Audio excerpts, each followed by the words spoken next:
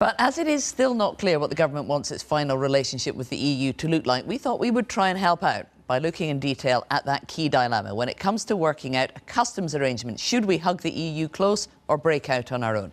So we've lined up two politicians from either side of the argument, and for a change, they'll be asking the questions, not me.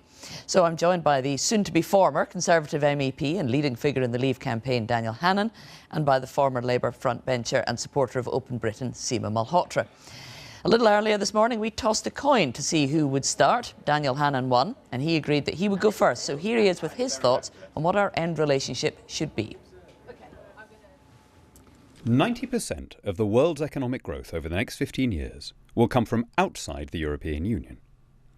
Britain is a maritime nation, linked to the world's fastest growing economies by language and law, culture and kinship.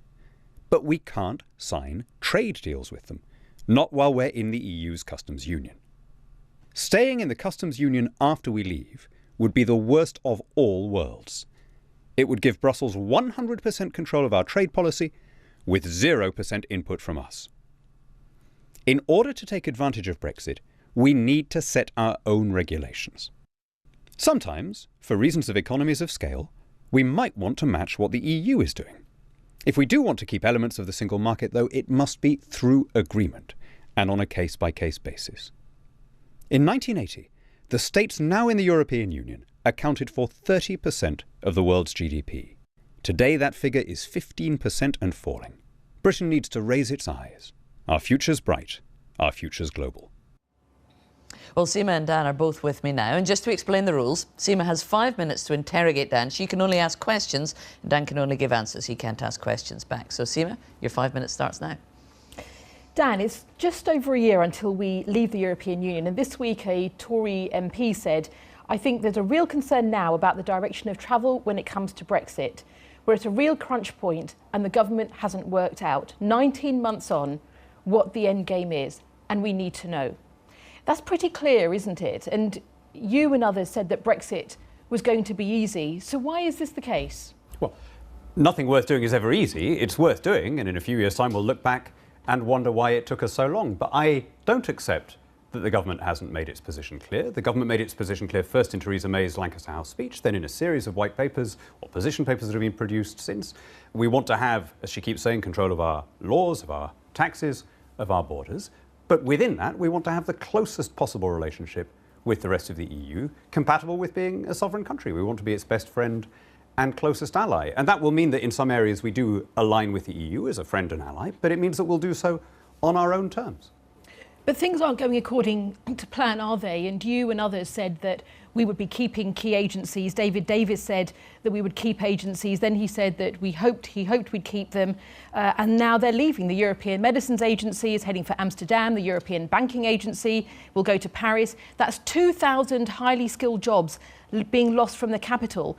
Isn't this a high price that we're paying for this uncertainty? If you're that fixated on 2,000 Eurocrats' jobs and you've nothing to say about the 500,000 jobs that have been created over the same period, then I think, Seema, there's something wrong with your sense of priorities. All of the predictions we had about job losses during the referendum campaign turned out to be nonsense. Instead of losing 500,000, we've gained 500,000. Since then, more people are working than ever before. And no, I never claimed that we'd be keeping these Euro agencies in the UK. Of course, if you leave the EU, you leave these regulatory agencies and you no longer have them on your soil. And the flip side of that is that we're in a position to make our own regulations to suit our own conditions and needs. You are calling these agencies Eurocrats. These are people who are helping us with key parts of our economy, key sectors that are important for our economy as a whole, scientists, those who are experts in finance and other sectors. Now, I agree that Britain could trade more with the world, and we need to.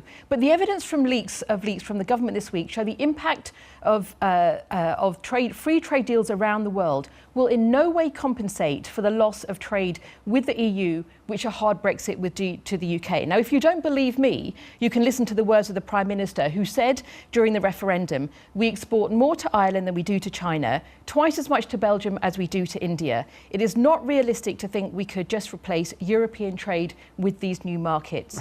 Now, we export more to Ireland than to the whole of China. That is our problem. That is precisely our problem. Which of those two is the better long-term growth prospect? Don't you agree that there is going to be an impact on British businesses and families, even for the short term? And isn't it important that you raise that risk and shared that risk with the British people? Obviously, what we want is to have free and frictionless trade with the EU and the freedom to make trade deals further afield. The EU doesn't have any trade deal in place with the US, which is the world's largest economy, with China, which is its second largest, with fast-growing economies like India, with old friends like Australia. The idea that we can't do better as a free-trading maritime country, making our own trade deals and bringing benefits to people in this country, I just think is incredibly defeatist. And are we really saying that it's a good future for us to be selling more to Ireland with 5 million people than to China with more than 1 billion? I mean, that seems to me quite an unambitious vision of our future. Study after study, Dan, and you will know this when you do your research, that shows that the proximity that we have to nations goes a long way to determining our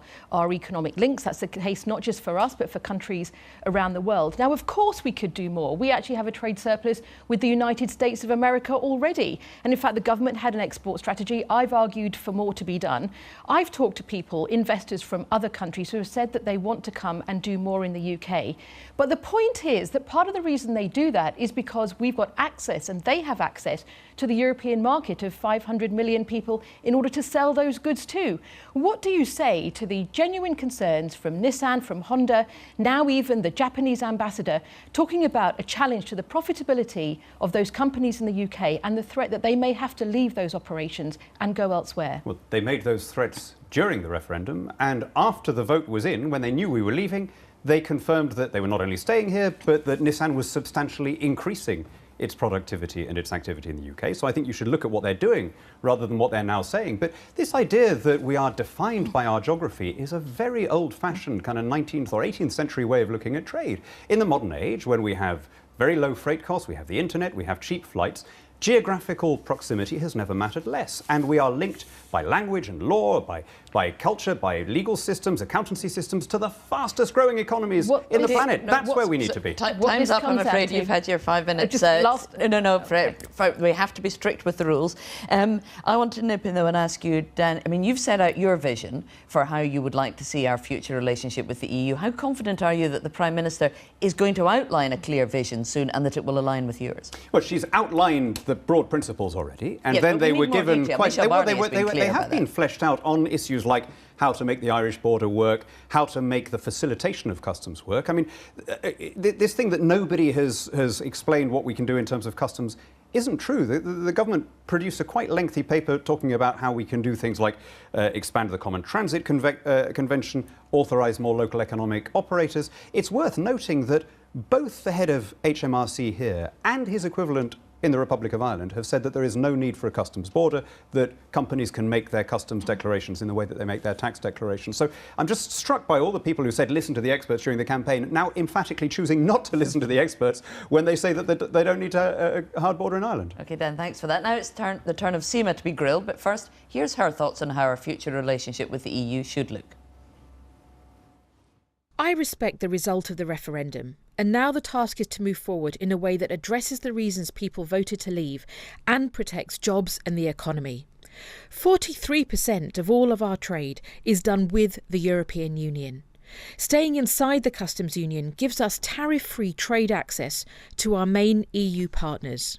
Issues surrounding immigration and sovereignty can be addressed while staying in the customs union and the single market, but on terms that we negotiate. We can also then trade freely with countries the EU has deals with, deals that we have helped negotiate. And staying in the customs union is key to a solution on Ireland. Our select committee found that it is not clear how we can avoid a hard border if we leave the customs union.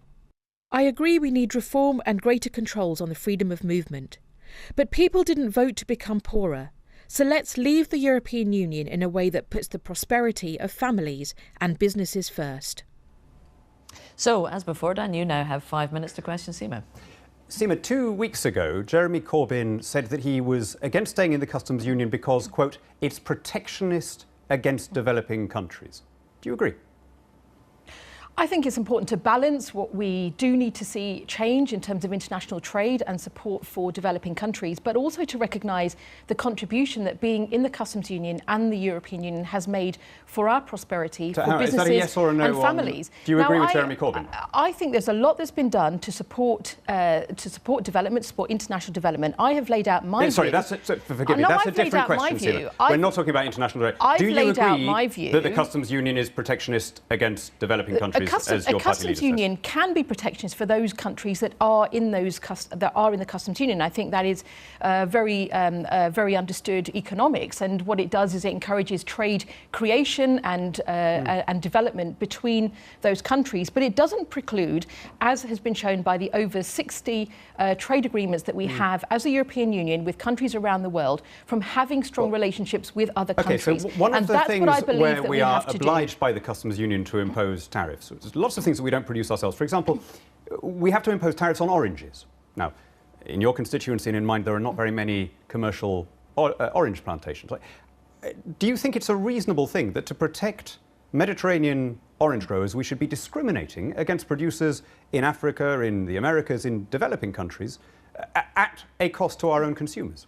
Well, I believe what you can do is negotiate across the world in terms of how you encourage greater free trade and greater ways in which we can trade with different nations. And that's what we also do already. And we've had an enormous track record of investing and supporting farmers in Africa. On that point, you're saying that we're going to leave the EU but stay in the customs union. How will we have any influence? That means that we're giving Brussels total control over what our trade policy is, but we're no longer EU members, so we have no input ourselves. Almost 50% of our trade is with the European Union.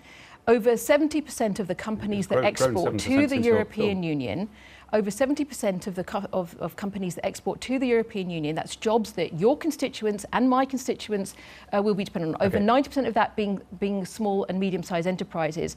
They look to the relationship that we have. I'm not having much joy getting answers to the questions. Let me have another go here, because you're going off on a tangent there. I'm not going off on a tangent. Let me have another go. What I am saying is we can do both, and that is what we should be doing. So we can do. So you think that leaving the EU but staying in the customs union, so that Brussels controls 100% of our trade, but we have zero input because we're no longer... You think that somehow gives us more influence in world trade than taking our own voice and our own vote in the World Trade Organization and being able to do our own deals? Is that what you're saying? You know what is interesting is when you talk about the WTO and WTO rules, Dan, if you look at the government's own analysis, which was an average of other studies, it shows that even in the southeast, if there is a withdrawal based on I'm going to have one more Brexit, go trying to get an answer here, there would Seema, be because 5% cut you're of telling me GDP lots in and your lots of interesting region, things that are not what I'm asking. And 16% of the northeast. This country will be poorer. The highest tariffs imposed by the common external tariff, the customs union, are on the items that most negatively impact people on low incomes, particularly food,